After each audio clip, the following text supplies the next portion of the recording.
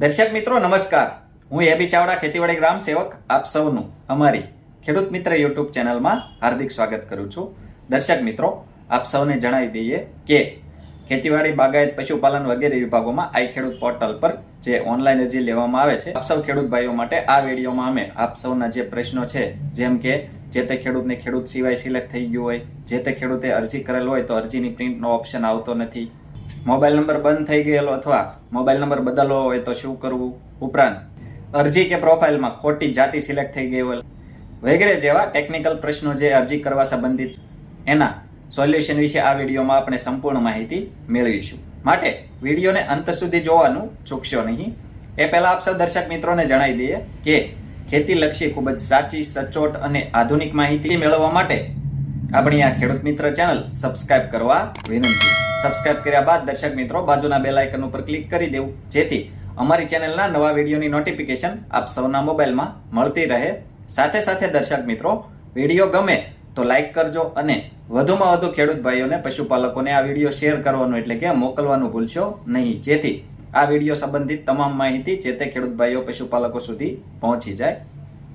હવે દર્શક મિત્રો, આપણે એક પછી એક સ્ટેપ બાય સ્ટેપ પ્રશ્નો જે આવે છે એના વિશે માહિતી મેળવીએ। તો સૌપ્રથમ આપણે માહિતી મેળવીએ અરજી કરતી વખતે અથવા પ્રોફાઇલમાં રજીસ્ટ્રેશન કરતી વખતે જે તે ખેડૂતને ખેડૂત સિવાયનો ઓપ્શન સિલેક્ટ થઈ ગયેલો હોય ભૂલથી, તો આપ સૌએ ચિંતા કરવાની જરૂર નથી, આનું સોલ્યુશન પણ થઈ શકે છે। આપ સૌએ તમારા ગામના જે ખેતીવાડી ગ્રામ સેવક હોય એમનો સંપર્ક કરી તમારું આખું નામ, તમારું ગામ અને મોબાઈલ નંબર સહિતની વિગતો આપ સૌએ એમને આપવાની રહેશે। ત્યારબાદ વડી કચેરીથી આપનો આ ખેડૂત સિવાયમાંથી ખેડૂત ઓપ્શન સિલેક્ટ સુધારો થઈ શકશે। ત્યારબાદ આગળ દર્શક મિત્રો, ઘણા બધા ખેડૂતોનું એવું કહેવું હોય છે કે ભાઈ ખેડૂત ખેતીવાડીમાં યોજનાઓ દેખાતી નથી, બાગાયત વિભાગની યોજનાઓ દેખાતી નથી, તો આપ સૌને ભૂલથી તમારાથી અથવા જેણે અરજી કરો હોય એનાથી ભૂલથી ખેડૂતની જગ્યાએ ખેડૂત સિવાય ઓપ્શન સિલેક્ટ થઈ ગયેલ હોય તો આ થઈ શકે છે। આથી દર્શક મિત્રો, આપ સૌએ તમારા પ્રોફાઇલમાં ખેડૂત સિવાયનો જે ઓપ્શન હોય એના સુધારા માટે આપણે હમણાં જે વાત કરીએ મુજબ તમારા ખેતીવાડી ગ્રામ સેવક શ્રીને જાણ કરવાની રહેશે અને વડી કચેરીથી આ સુધારો કરાવવાનો રહેશે।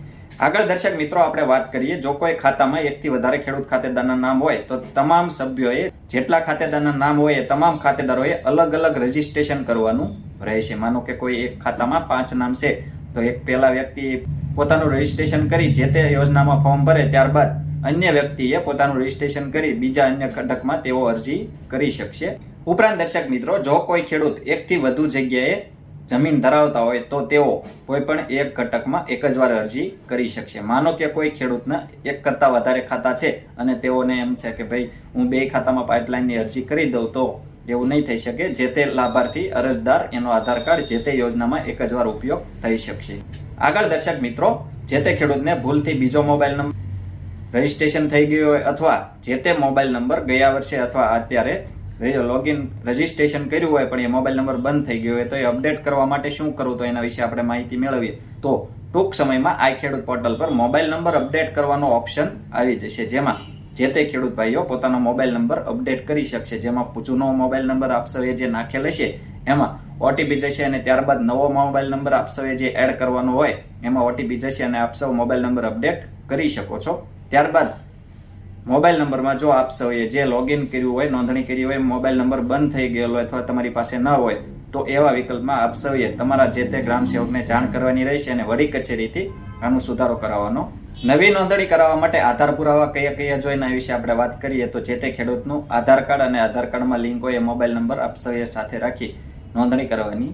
ત્યારબાદ દર્શક મિત્રો, કોઈ ખેડૂતને એકથી વધારે ખાતા છે તો પ્રોફાઇલમાં આપ સૌએ બીજા ખાતા એડ કરવા હોય તો આપ સૌએ શું કરવું, તો એના વિશે આપણે વાત કરીએ તો આપ સૌએ પ્રોફાઇલ બનાવી નાખ્યું, એમાં જમીનની જે વિગત હોય એમાં આપ સૌએ જે પેલું જે ખાતું સિલેક્ટ કરેલું હોય ત્યારબાદ ઉપર જમણી બાજુ એડનો ઓપ્શન આપ સૌને જોવા મળશે। એ એડના ઓપ્શન ઉપર ક્લિક કરી આપ સૌ તમારી જમીન રેકોર્ડ ધરાવું છે એની નીચે જિલ્લો, તાલુકો, ગામ, તમારું ખાતા નંબર અને એની બાજુમાં તમારું જે તે ખાતેદારનું નામ સિલેક્ટ કરી તમે એ ખાતું પણ તમારા પ્રોફાઇલમાં એડ કરી શકો છો। અને અન્ય ઘટકમાં બીજા ખાતામાંથી અરજી કરી હોય તો આપ સૌ અરજી કરતી સમયે જે તે જમીનની વિગત હોય તો જે તે ખાતામાં સિલેક્ટ કરી આપ સૌ અરજી કરી શકશો।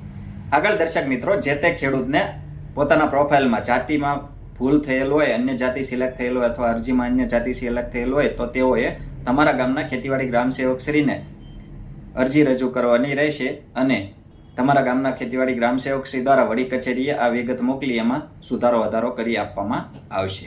ઉપરાંત દર્શક મિત્રો, દિવ્યાંગ ખેડૂત હોય તો દિવ્યાંગને બદલે તેઓએ જો જનરલમાં અરજી કરેલ હોય પણ આપ સૌએ તમારા ખેતીવાડી ગ્રામ સેવક શ્રીને અરજી અને મોબાઈલ નંબર સહિતની વિગતો આપ સૌએ તમારા ખેતીવાડી ગ્રામ સેવક શ્રીને રજૂ કરવાની રહેશે. ત્યાંથી આગળ વડી કચેરીએ મોકલીને આમાં સુધારો કરી આપવામાં આવશે.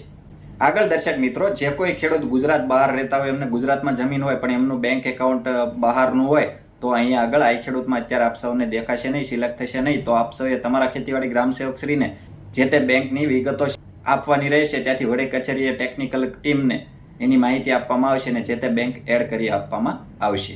રજીસ્ટ્રેશન કરતી વખતે ધ્યાન રાખવું, કારણ કે જે તે મોબાઈલ નંબર એક મોબાઈલ નંબરથી એક જ વાર નોંધણી થઈ શકશે. એટલે કે માનો કે દાદાના નામે જમીન છે તો મોટા પુત્રનો મોબાઈલ નંબર એમાં નાખો, ત્યારબાદ મોટા પુત્રનું રજીસ્ટ્રેશન કરવા જશો તો મોબાઈલ નંબર આપ સૌએ બીજો નાખવાનો રહેશે. એટલે કે એક પ્રોફાઇલમાં એક મોબાઈલ નંબરથી એક જ વાર રજીસ્ટ્રેશન થઈ શકશે.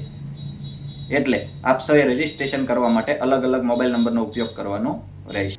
આગળ દર્શક મિત્રો, ઘણા બધા ખેડૂતોની રજૂઆત હતી, કોમેન્ટ આવતી હતી કે ભાઈ ખાતા નંબર સિલેક્ટ કર્યા વગર ઓનલાઈન અરજી થઈ ગઈ છે, અથવા ખાતા નંબર ખોટો સિલેક્ટ થઈ ગયો છે, ભૂલથી બીજો ખાતા નંબર સિલેક્ટ થયેલ છે અરજીમાં, તો આના સુધારા માટે શું કરવું? તો આપ સૌએ તમારા ખેતીવાડી ગ્રામ સેવક શ્રીને આ બાબતે જાણ કરવાની રહેશે અને અરજી આપી વડી કચેરીથી ટેકનિકલ ટીમને જાણ કરવામાં આવશે અને જે તે સુધારો કરી આપવામાં આવશે. આગળ દર્શક મિત્રો, સમથિંગ વેન્ટ રોંગ, 503 ની એરર વગેરે જેવી એરર ઓનલાઈન અરજી કરતી વખતે આવી શકે છે. તો આપ સૌને જણાવી દઈએ કે પોર્ટલમાં જરૂરી સુધારા વધારાઓ કરવામાં આવે, જે તે સમયે રિફ્રેશ કરવામાં આવે એટલે આ મુજબનું ઓપ્શન આપ સૌને જોવા મળે છે. આપ સૌએ થોડી વાર બાદ અથવા બીજા દિવસે ઓનલાઈન અરજી કરશો એટલે થઈ જશે. ત્યારબાદ દર્શક મિત્રો, ઓનલાઈન અરજી કર્યા બાદ પ્રિન્ટનો ઓપ્શન આવતો નથી. તો આપ સૌને જણાવી દઈએ કે આટલી બધી અરજી થયેલ હોય એટલે ટેકનિકલ ઇસ્યુના કારણે પ્રિન્ટનો ઓપ્શન આવતો ન હોય, પણ કાંઈ વાંધો નહીં. આપ સૌએ ઓનલાઈન અરજી કરી હોય ત્યારબાદ આપને પ્રિન્ટનો ઓપ્શન તમારા પ્રોફાઇલમાં અરજીની સામે જોવા મળશે અને આપ સૌ તમારી જે તે અરજીની પ્રિન્ટ મેળવી શકશો. એટલે આ બાબતે કોઈએ ચિંતા કરવાની જરૂર નથી. તમે ઓનલાઈન અરજી કરી ત્યારબાદ તમે લોગિન કરીને અરજીમાં સામેનો પ્રિન્ટ ઓપ્શન મેળવી શકો છો. દર્શક મિત્રો, સામાન્ય રીતે આ મુજબની જે એરર આવતી હોય અથવા ખેડૂતને જે કોઈ સંબંધિત પ્રશ્નો વગેરે રજૂઆતો હતી, આ સંબંધિત જરૂરી યોગ્ય માર્ગદર્શન અમે આપ સૌ સુધી પહોંચાડવાનો પ્રયત્ન કર્યો છે. છતાં પણ હજુ આ અરજી કરવા સંબંધિત કોઈ ટેકનિકલ ઇસ્યુ કે કોઈ ઇસ્યુ હોય તો આપ સૌ કોમેન્ટમાં અમને જણાવી શકો છો. અમે અમારા લેવલથી ઉપરની કચેરીએ જાણ કરી ત્યાંથી સોલ્યુશન મેળવી આપ સૌ ખેડૂત ભાઈઓ સુધી પહોંચાડવાનો પ્રયત્ન કરશું. દર્શક મિત્રો, આવા જ ખૂબ જ ઉપયોગી વિડીયો પોતાના મોબાઈલમાં મેળવવા માટે આપ સૌ આપણી આ ખેડૂત મિત્ર ચેનલ સાથે બન્યા રહેશો. આપણી આ ચેનલ સાથે બન્યા રહેવા માટે આપણી ખેડૂત મિત્ર ચેનલ સબસ્ક્રાઇબ કરવા વિનંતી. જો આપ સૌને અમારો આ વિડીયો પસંદ આવ્યો હોય તો વિડીયોને લાઇક કરજો અને વધુમાં વધુ ખેડૂત ભાઈઓને, પશુપાલકોને આ વિડીયો શેર કરવાનું એટલે કે મોકલવાનું ભૂલશો નહીં. ઉપરાંત આ વિડીયો બાબતે કોઈ પણ પ્રશ્ન કે મૂંઝવણ હોય તો કોમેન્ટમાં આપ સૌ અમને જણાવી શકો છો. અમે આપ સૌના પ્રશ્નોના સંતોષકારક જવાબ આપીશું. આભાર.